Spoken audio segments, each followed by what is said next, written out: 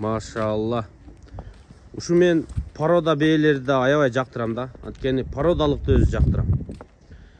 Эгерде сиздер дагы порода бээни, асыл тукум бээ алам дегендер болсо, биздин чыгарылышыбызды көрүңүздөр. Бүгүн биз сиздерге Өзбекстанга сатылган, Кыргызстандан Өзбекстанга сатылган Adidas деген айгырды билет. Ошонун Польшада, тагыраак айтканда Европада бир тууган иниси турат экен. Ошол айгырдан качып келген ушул Польша бээни көрсөтүп беребиз. Биз учурда Бишкек шаарына жакынкы жердеги Совхоз Фрунзе айылында турабыз. Бул жер Чүй облусу, Сокулук району, Совхоз Фрунзе айыл өкмөтү. Буйруса, ушундай токтоңуз байке, ушундай токтоп туруңуз. Могу Польшадан келген бооз бээ кандай айгырдан качканын азыр видеого кошуп коебуз. Буйруса, далили менен айгырдын секиргениге чейин бар. Ушул бээ качкан айгыр ушул Өзбекстанга сатылган Adidas'тын иниси экен. Эми ушул бээни көрүп коюңуздар, документи менен бир көрүп коюңуздар. Азыр сиздерге паспортун дагы ушул жерден бир көрсөтүп коем. Бул бээни сиздер тукумуну бааласаңыздар болот. Ичинде жаткан миллиондук сырыны бааласаңыздар болот. Түшүндүңүздөрбү? Кандай айгырдан качканын ошого кызыгып туруп көрсөңүздөр болот буйруса. Так, могу паспорт байкелер, паспорту көрдүңүздөр. Кадимки Польшадан келген жылкылардын ушундай паспорту болот. Азыр мен сиздерге бир ачып көрсөтүп коеюн, Породасы мына жерде жазылган да байкелер. Польша окуш кыйын, мына карасаңыздар, польский кон не дейт? Окугандар окуп коюңуздарчы, мына көрдүңүздөр, Шлачетный полкрови дейт, не дейт ушундай да, кыскасы Польшадан келген бээ. Ушул кыскасы байкелер, карап туруңуздар. Мен азыр бир айландырып көрсөтөйүн. Бул бээ 2016-нын бээси экен. Ошондо 4-8ден 9га чыгып аткан бээ болобу, ушундай да. Анан баса, мунун бээсини ушул ээси, ушул бээнин ээси мурда кулунун алып келип $7200 саткан экен ушул бээнинчи.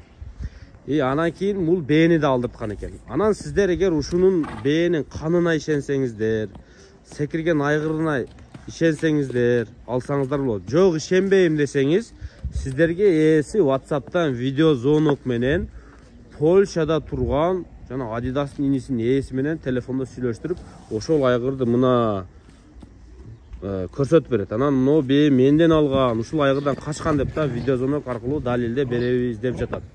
Ушунчалык мындай тактуулугу бар, түбү бар, арты караңгы эмес бээ болуп аткандан кийин буйруса кызыксаңыздар болот.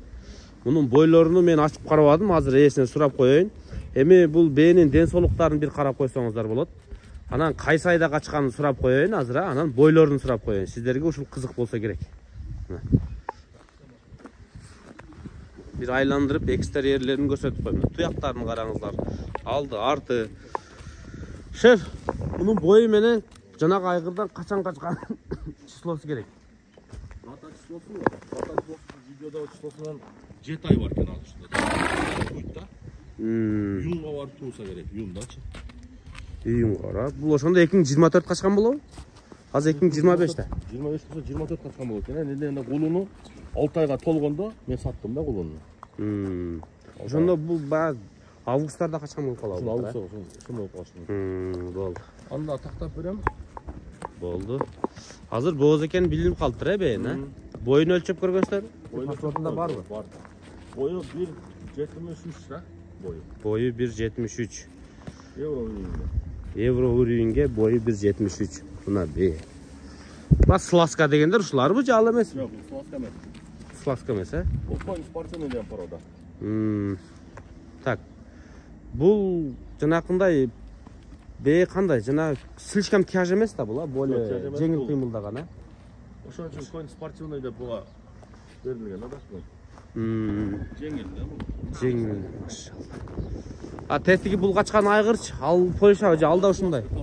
Ал сласка, Азыр мындан качкан айгыр сласка. Болду. Кулуну ошондо полукровка туулабы кандай? Полукровка дей албайм, бул деле сласканын каны болушу мүмкүн түбүндө, бирок конь спортивный экен да, бул ушундай жеңил экен.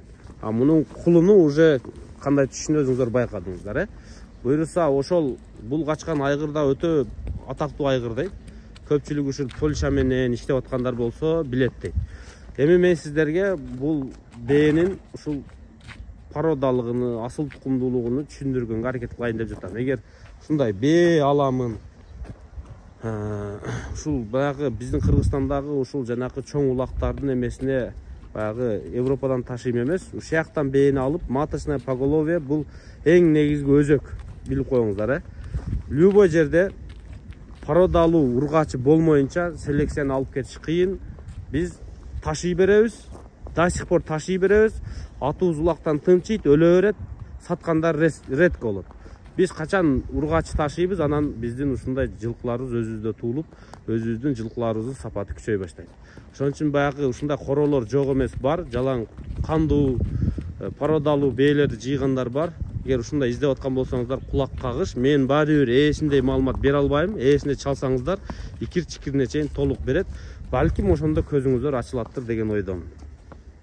Анан байкелер, мунун баасында айтып кетели. Баасыны 20 000 долларга койду, эң аягында айтып атам. 20 000 доллар. Калганын өзүңүздөр сүйлөшөсүздөр, чечишесиздер. Экран астындагы номерлерге кеңири чалып сүйлөшө бересиздер байкелер.